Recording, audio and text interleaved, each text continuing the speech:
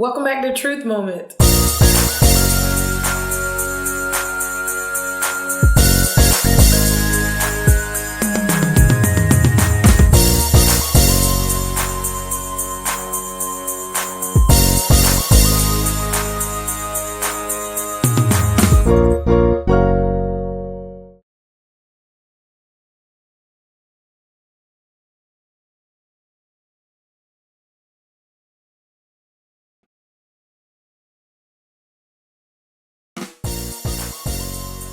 This week, we join Akia in her home, where we will discuss dysfunctional relationships and how her most important relationship of all, one with Christ, created peace, healing, and identity restoration.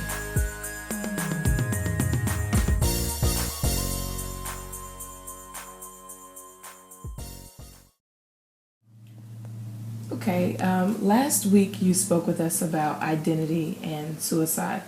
And you had mentioned how when there's a lack in identity or deficiency, you can make poor choices and poor decisions. One of those being the types of relationships you get into or involve yourself with. So can you just take this moment to explain to my viewers why dysfunctional relationships is important to you? So much so to where we needed to discuss it today. Dysfunctional relationships have such a pivotal part of the human existence. Just in living every day, you have to learn how to develop healthy relationships, and without healthy relationships, you will have an unhealthy life. Okay. So that's one of my main focal points, and people have such a difficult time developing healthy relationships and find themselves making continual other bad decisions because of the effects of the relationships that they're in. Okay. And so, I guess, what makes a relationship dysfunctional? I would say the only way to really describe a dysfunctional relationship is to describe a functional relationship or a healthy relationship. Okay. Healthy relationships, they're created to build one another. Okay. They're there to bring the best out of one another. They're there as a teammate to help the other person get to wherever it is that they desire to be. Dysfunctional relationships does the exact opposite. It brings out the worst in people. It's bringing damage where you're hurting each other, whether it's emotionally, physically, sexually, verbally, whatever the case may be. The relationship does more harm than good. And what makes it dysfunctional is not that these things are taking place, is that the people can't even get out or choose not to get out of the relationship, and they continue in the relationship, and that's what makes it dysfunctional. Oh, okay. So it's not so much that it's what's happening, it's the when you won't leave. It's the when you won't leave. It's the consistency of, okay, I'm recognizing that this relationship is not building me up. It's not bringing the best out of me. Whatever the case may be, whether it's, violence in the relationship or, abuse or, even if it's hurting my self-esteem or whatever the case may be, but I'm continuing to stay in it for whatever reason. So how long were you typically with someone before you began to see that the relationship was dysfunctional? Well, Tiara, it wasn't necessarily a length of time. It was more so as indicators that I would recognize and still ignore and continue in the relationship, even though I knew things weren't right or things weren't, settled, and even things were damaging to me, especially when I knew, like at one point, I was like, I'm sleeping with the enemy, like, this person's killing me, and I know it, and I'm losing everything because of my relationship with this person. I'm losing my mind, I'm losing, my health, my hair is falling out, whatever the case may be, but I still need something that they have. They're still feeding something on the inside of me, and as long as I'm getting that fed, it was worth me losing my car and my house, and this is my story. My car, my house, my husband, my job, and everything that I lost in that process. And even though I was losing everything, for some reason, that relationship was still worth it to me. Wow. So, yeah. Wow. Okay. I think that painted a really vivid and expressive picture for a lot of viewers and a lot of people in general as to how you can be in those relationships, moving in them to where it doesn't seem dysfunctional to you because this is what you're feeling like you want. So you often neglect the things that you know are not healthy for you because that want becomes so much stronger. Right. Almost to the point where it's overtaking. Absolutely. That's what it sounds like. Those emotions, man, like, that's kind of what I was talking about last week when we were talking about identity, and you feel these emotions, not even thinking about, okay, where did this emotion come from, or, you know, how did I get to where I am? Because at that point, when you're operating in a dysfunctional relationship, it doesn't even matter how you got there. Wow. You just want to keep getting fed, you know. It's something about that person that's feeding that thing on the inside of me that I like. Yeah. And even though I hate the consequences, I like that feeling being fed. Wow. Okay, and so with that and dysfunction, do you feel that a part of you was seeking the dysfunction, was looking for these type of people, these types of relationships? Because I'm sure you've heard the saying, hurt people.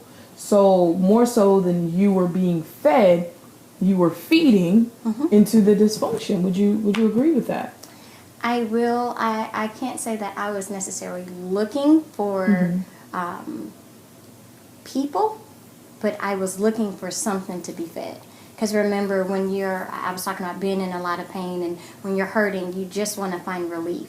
So, and you don't even do it intentionally, but when you have someone that kind of looks at you and gives you that wink or just kind of gives you that burst of energy that makes you feel alive, it goes back to those feelings and the emotions and make you feel certain things. You just kind of get addicted, I would say, to how that made you feel. I mean, I remember telling someone before, I'm addicted to the way you make me feel. It doesn't even have anything to do with you personally. It's how you make me feel that I can't disconnect to. So eloquently put. I think oftentimes we don't even look at dysfunction like that until it's what feels like too late, like we're way too deep in it. But what I want you to do, because we kind of did not mention that friendships can be dysfunctional. It's not just about your relationships, the people you're dating. So speak a little more about that. How can you be in a dysfunctional friendship? Again, it goes back to what I was saying earlier about what constitutes a healthy relationship or a healthy friendship versus the consequences that you get out of a dysfunctional relationship. And again, it takes two. Like, if I am rooted and grounded and I understand who I am, I know my identity, I know my purpose, I know what my assignment is for the day, whether that is making sure my husband is okay, making sure that my kids are okay, or have my priorities in order, then I know how to set healthy boundaries for my friendships. The problem comes in when you have someone coming into your life or, reattaching themselves to your life, whatever the case may be, and you don't set those boundaries and you do nothing about it. Okay. When you continue in a boundaryless, and I kind of made up a word, relationship with a friend, and whatever dysfunction, and one thing that I've learned about dysfunction, that it doesn't have to be just across the board dysfunction. I may have a friend who just calls me at 12 o'clock. I'm not married, but when I get married, and just calls me really late or whatever the case may be, and my husband doesn't like it, and we're continuing in this relationship, and I'm saying, hey, or I don't say anything, I let it continue, and we're developing these ties that are disrespecting my home. In that sense, it's dysfunction. Okay. Or if I have someone who's abusing me, but couple of hours from now, he's like, I love you. And I'm accepting the love and the abuse, and I'm continuing in the relationship. There's something in me that's saying, hey, that's dysfunctional. Okay. And I'm not doing anything about it. And it goes back to me. I'm sorry, I'm not sure if I answered your first question. No, you did. About dysfunctional friendships. So basically what you're saying is that setting boundaries, whether it's in a relationship or a friendship, is the way to knowing if it's dysfunction or if it's functional, and if it's something that's actually conducive to your life and it's not eating at you. Right. And that's really important in every aspect of your life. Right. And all of that can be obtained by knowing your identity. Right. So you can't know what you're emitting unless you know who you are. So if I know who I am, what I need from people, what types of boundaries allow me to function effectively, until I know that, then I can't operate. I can't go about wondering if I'm in a dysfunctional or a functional relationship because I don't even know what function means. Right.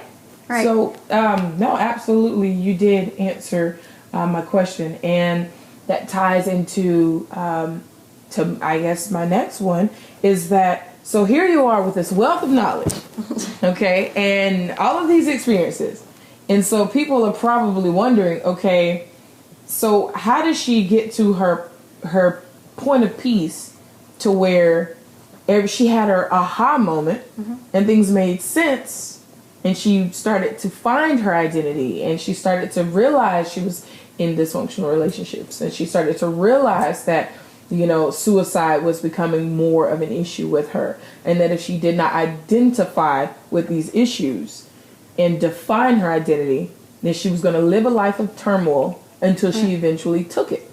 So the woman that sits before me now, the woman that is about to get her PhD, the woman that has multiple businesses, who mentors children so that they can find their identity and walk in their true selves at an earlier age so they don't walk down the same path that she did. Right. How did this woman, who is this? How did she come about? I would say it was never an aha moment for me. Okay. It was thousands of aha moments. Okay. Like I started, I knew I had to do something, and so I had to make a decision. Okay, Kia, either you're gonna live or you're gonna die. Okay. But you're not gonna do both. You're not gonna be dying to live, and you're not gonna be living to die. So make up a decision if you're gonna live or die, and then once you make that decision, of course, you know I'm still here. I chose to live. We're going to have to make other decisions that support that decision to live. Okay. Okay. And so I started, you know, really like developing a relationship with myself. Okay. And my relationship with God. Okay. Because one thing that I knew that I was so jacked up here, like I was so messed up, even like in my mind, and people say, you know, very frequently, oh, I'm losing my mind, or no, baby. Welcome to Atlanta. Exactly. You know, I was losing myself. I was losing my mind. Like I said, I lost everything that I had, and so, you know, they say you hit that rock bottom moment, but that rock bottom moment wasn't even enough for me to motivate myself to get back up. So I told God, you have to help me. Like, you have to help me. You just have to help me. And if you don't help me, then I'm not going to be able to make it. So little by little, he began to chip away on certain things. And you know what? I think I can probably show you better than I could tell you. Okay. Well, show me. Okay. I'm a very visual person, and yeah, that would be great. So show me. So where are you taking us? What are we doing here? I'm taking you to the kitchen. I was actually just sitting there thinking about a simple cup and how it represents our lives, our souls. And I was thinking, you know, our souls represent our mind, how we think, our will, how we decide, and our emotions, how we feel. Okay. And so what happens is sometimes life comes and makes punctures in our soul, whether it be rape, rejection, abandonment, divorce, you know, and I can go on and on. However, when I turn the water on, it can't contain anything. Okay. We were created to both give and receive. Okay. However, when we have different punctures in our soul, it stops us from doing that. Okay. And what's so funny is I was thinking about purpose, I was thinking about identity, and just kind of tying all of this together is the reason why we have a loss of identity, and it comes back to the who and the do, is because you know that God put something in you that's special. Okay. Like, you know He imparted something great in you. However, for some reason, we can't contain it when God created us to be containers. So we're no longer able to give, because we have nothing left to give, and when I try to pour out, these holes the water is just pouring out. Okay. And we can't receive because we can't hold anything. Okay. Which kind of, I think about people who, and I did this for years, go to church every day of the week and still come back empty. Wow. Simply because I had holes in my emotions. Wow. And I was like, man, we're holy. Like, holy. Right. But instead of being holy. Yeah, exactly. Yeah. But the awesome thing about God, and this is what happened, because even bringing it to dysfunctional relationships, it's not so much the relationships that are dysfunctional, but it's us. Right. That are, we have dysfunction lying on the inside of us, and it keeps us from functioning with the purpose and the intent that God created us to function in. One thing I love about God is He comes in and He has a way of mending all of the holes back together. And while we were talking about our who and our do, many times we try to continue doing our do. Okay. But because we have all of these holes, we can't do it effectively. Mm-hmm. And so that's how we get into dysfunctional relationships. Okay. Okay? So the only way to overcome dysfunctional relationships is to have a functioning relationship with God. Okay. Because He has such a way of healing us everywhere we hurt and tying everything together. Okay. When we turn on the water, we're able to fulfill our purpose. And the only way that the water comes out is when it overflows. And what's so awesome about God is that He wants us to be able to sow peace into other people's lives. He wants to use us to bring healing and restoration and joy and love in the lives of others. And we're no longer losing it, we're intentionally giving it. Wow. So, which is really interesting, because one of your many accolades that you do, I'm telling you, Truth Moment audience, this woman is, like I said, there's so many things that she does. It's hard to find things that she doesn't do. So, tying into you giving, you're also a worship leader. Mm-hmm. And so, was that one of your ways of you taping your whole through God? Absolutely. Like my worship was just an expression of my relationship with God. A fruitful relationship with Him, a functioning relationship with Him. And I can actually show you that, but then I can tell you too.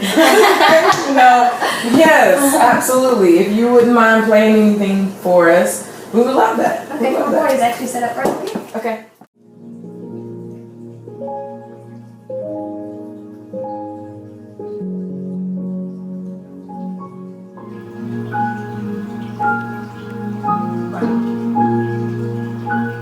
Well, audience, I know it's very beautiful, but unfortunately for you all, Miss Sarah's mother invited me for dinner. So I have to say thank you so much for joining me for this very special truth moment here in Atlanta, Georgia, with the wonderfully talented and exceptionally intelligent Miss Akia Simmons. She truly blessed our show today and last week. I know that I gained so much from it. I hope that you all will too. I'm Tiara Pritchett. This is Akia Simmons. That's our truth moment. What's yours?